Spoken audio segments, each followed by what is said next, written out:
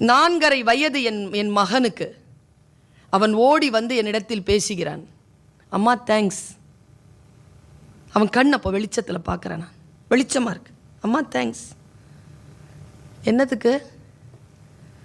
4:30 மணிக்கு சரியாக வரலனா என்னை ஆட்டத்தில் சேர்த்துக்க மாட்டேன்னு சொன்னாங்க கீழே.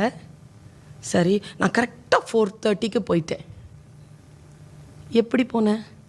நீங்கள் தான் எனக்கு டைம் பார்க்க சொல்லி தந்தீங்களே. டைம் பார்க்க சொல்லி தந்தீங்கல்ல, அதுக்கு தான் தேங்க்ஸ். அந்த தேங்க்ஸ் இருக்கு இல்லைங்க, என் வாழ்க்கையில் நான் எத்தனை பேர்கள் செல்வாக்கு பணம் கிடைத்தாலும் அந்த தேங்க்ஸுக்கு இணையான ஒரு பெருமதியை, ஊதியத்தை நான் பெற்றதே கிடையாது. ஒன்றை மற்றவர்களுக்கு கற்றுக் கொடுப்பதன் மூலமாக வரக்கூடிய மகிழ்வு, அது ஆசிரியர்களுக்கு மட்டும்தான் தெரியும். குஜராத்லேருந்து வந்த ஒரு பொண்ணு கண்களில் கண்ணீரோடு நின்று இருந்தாள் 2 வருஷத்துக்கு முன்னால் என்னுடைய டிபார்ட்மெண்ட் வாசலில். Ma'am thanks.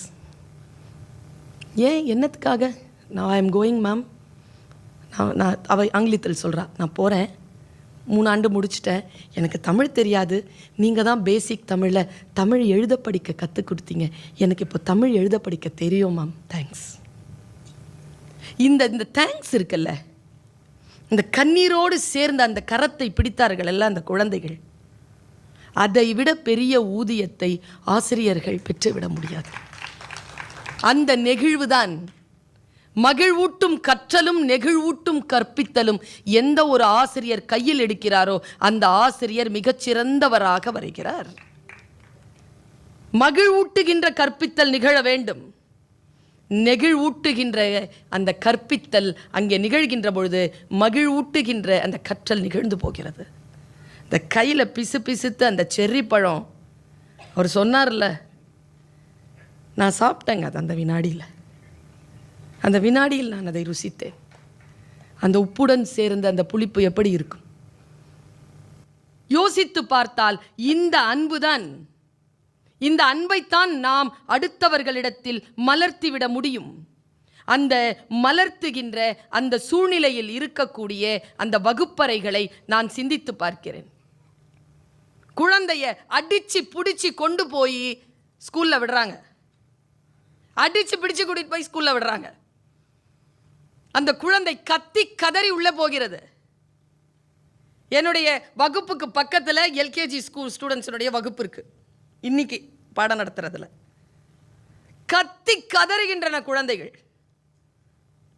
எதற்காக என்றால் மகிழ்வூட்டுகின்ற சூழல் அவர்களுக்கு அந்த இடத்தில் அளிக்கப்படவில்லை. மகிழ்வூட்டுகின்ற சூழலில் அவர்களை கேளிக்கைக்கான ஒரு பொருளாக மாற்றிவிடாமல் ஆசிரியருடைய அந்த இனம் அவர்களை காப்பாற்ற வேண்டும். கற்றல் நிகழ்கின்ற பொழுது ஒரு மிகப்பெரிய பேரின்பம் ஒன்று உள்ளே நிகழும், ஒரு மிகப்பெரிய திரை விலகும்.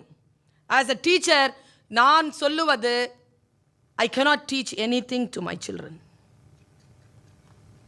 நான் எதையும் என் பிள்ளைகளுக்கு சொல்லித்தர முடியாது. There is a only possibility is I can inspire them.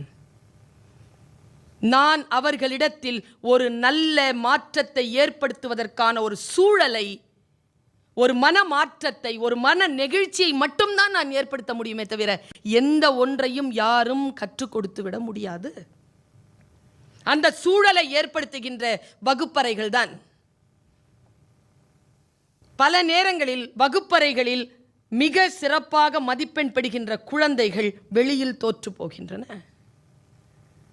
வகுப்பறைகள் வாழ்க்கையை பிள்ளைகள் சந்திக்கக்கூடிய களங்களாக அமைய வேண்டும். என்னிடத்தில் பாடம் படித்த பிள்ளைகள் வாழ்க்கையில் தோற்றதில்லை என்று சொல்லுவதில் தான் என்னுடைய வெற்றி இருக்கிறதே தவிர பாடங்களில் தோற்றதில்லை என்று சொல்லுவதில் எந்த வெற்றியும் இல்லை என்பது எனக்கு தெரியும். என் பிள்ளைகள் எப்பொழுதும் பாடங்களில் தோற்றதில்லை. ஆனால் அவர்கள் வாழ்க்கையில் தோற்றுவிடக்கூடாது. அப்பொழுதுதான் என் பாடம் அங்கே சரியாக போய் சேர்ந்திருக்கிறது என்று அர்த்தம்.